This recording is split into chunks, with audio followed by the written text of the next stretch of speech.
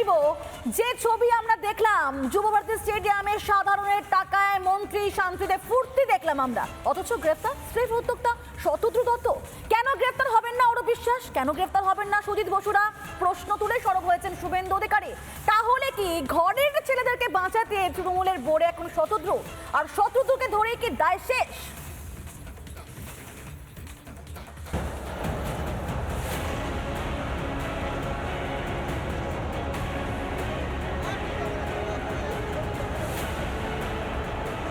প্রথম তো হচ্ছে শতদ্রুকে গ্রেপ্তার করেই বলির পাঁঠা করেছে। বলির পাঁঠা কি শতদ্রু দত্ত? অরূপ বিশ্বাসকে আড়াল করতে কি গ্রেফতার শতদ্রু, জানিয়ে প্রশ্ন তুলেছেন শুভেন্দু অধিকারী।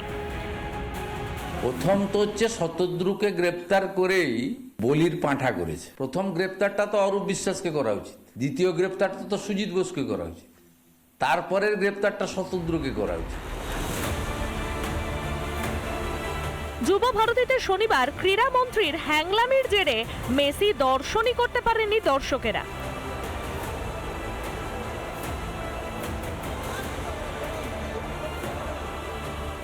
মন্ত্রী, তাদের পরিবার, আমলারা একেবারে যেন জোকের মতো চিপকে ছিলেন মেসির সঙ্গে।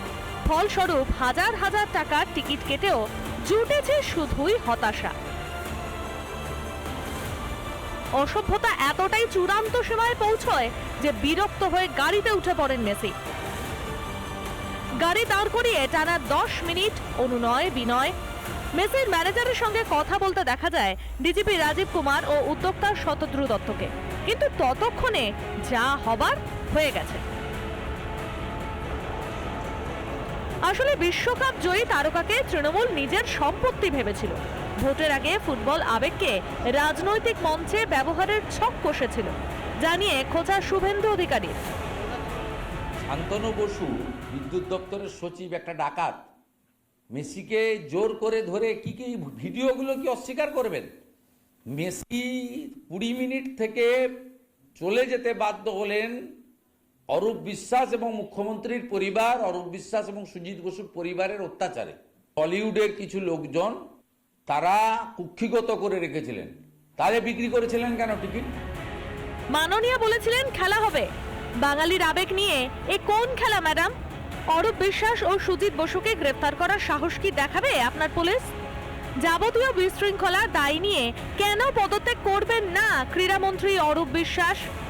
সোশ্যাল মিডিয়ায় শুকনো ক্ষমা চেয়ে কি দায় সারবেন ম্যাডাম?